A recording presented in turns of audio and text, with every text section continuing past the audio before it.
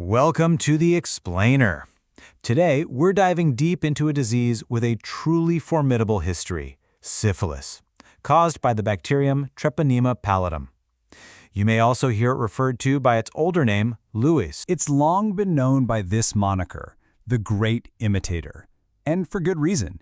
Its ability to mimic a whole host of other diseases makes it one of medicine's most enduring diagnostic puzzles. So, here's our roadmap. We'll start with the pathogen itself, track its multi-stage invasion of the body, look at how we identify it, cover treatment and prevention, discuss its most severe complications, and then we'll finish with a couple of case challenges to test your knowledge. All right, Section 1. Let's get acquainted with the organism at the center of all this. The agent responsible is Treponema pallidum, subspecies Pallidum. It's a spirochete, which means it has this really unique helical or corkscrew shape. This isn't just for looks. This morphology is what gives it incredible motility, allowing it to literally drill through tissues and spread throughout the entire body. So let's move on to the clinical progression. When left untreated, this disease follows a very well-defined and, frankly, increasingly dangerous path. Think of it as a multi-stage invasion. The disease unfolds in 4 key stages. First, you have primary syphilis, which is all about that initial lesion. Weeks later, it enters the secondary stage, where the bacterium goes systemic. After that, it can go quiet, entering a long, asymptomatic, latent stage. But don't be fooled, because it can reemerge, sometimes decades later, as the truly devastating tertiary stage. Okay, so what are we looking for in those early stages? The absolute classic sign of the primary stage is the chancre. It's typically a single, painless, hardened ulcer that is just teeming with spirochetes. Then, in the secondary stage, the systemic spread announces itself. You get this characteristic non-itchy rash, famously on the palms and soles, and sometimes these wart-like lesions called condylomata lata, which are incredibly infectious. All right, Section 3. Given its ability to mimic so many other conditions, how do we actually pin it down? Definitive identification is absolutely critical. You might think the obvious first step is to just grow it in the lab. Well, here's a fun fact for you. T. pallidum is notoriously difficult to culture. It's so fastidious that it just can't be grown using routine lab methods. So if a senior colleague ever asks you to plate some, yeah, you're being pranked. This little quirk means we have to lean heavily on other methods. The gold standard for diagnosis is a 2-step serological algorithm. Most modern labs now use a reverse sequence approach. You start with a highly specific treponemal test to see if antibodies against the bug are present.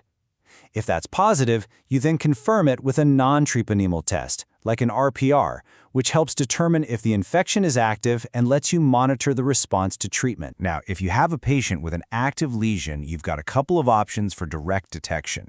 You can use dark field microscopy, which is great for a quick, presumptive diagnosis because you can literally see the live spirochetes corkscrewing around.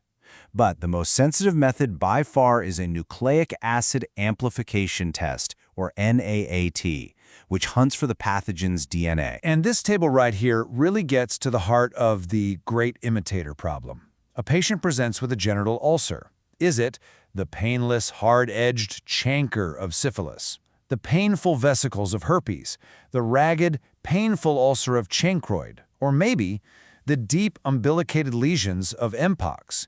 The clinical signs are your first crucial clues. Okay, let's move on. Section 4. Treatment and prevention. Once we've identified it, how do we contain the infection? The good news, T. pallidum has amazingly remained highly susceptible to penicillin. It's still our go-to treatment. But you can't just treat the patient and call it a day. Public health measures are absolutely vital. That means partner notification to break the chains of transmission and counseling patients to abstain from sexual contact until their lesions are completely healed. Which brings us to Section 5. What happens if the infection is missed or left untreated? Well, the consequences can be severe and in many cases irreversible. The toll of untreated syphilis is just profound. In the tertiary stage, it can cause catastrophic damage to the cardiovascular system, leading to things like aortic aneurysms, not to mention neurosyphilis. It can also form these destructive lesions called gummas in literally any organ. Ocular syphilis can cause blindness.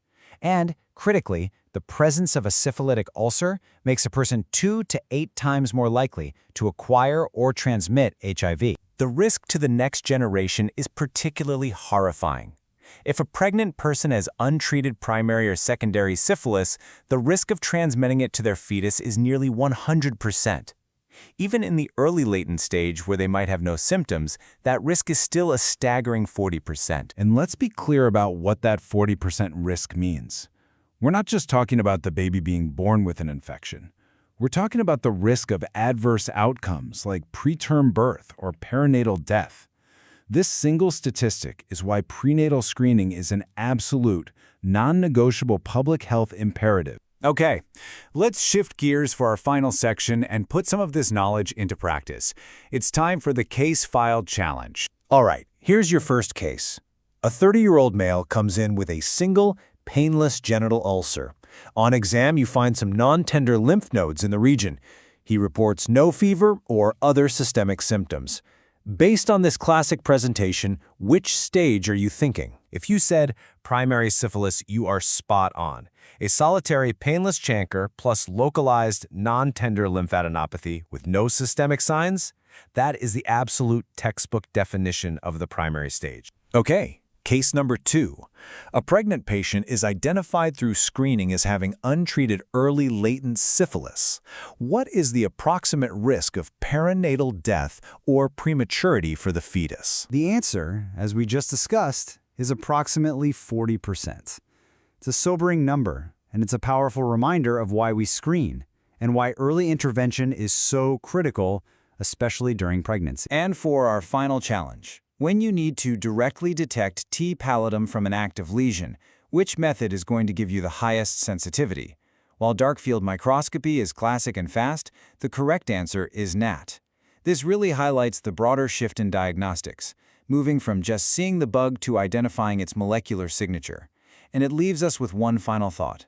As our diagnostic tools become more and more sensitive, will we finally unmask every single presentation of this great imitator, or will it just continue to find new ways to hide in plain sight?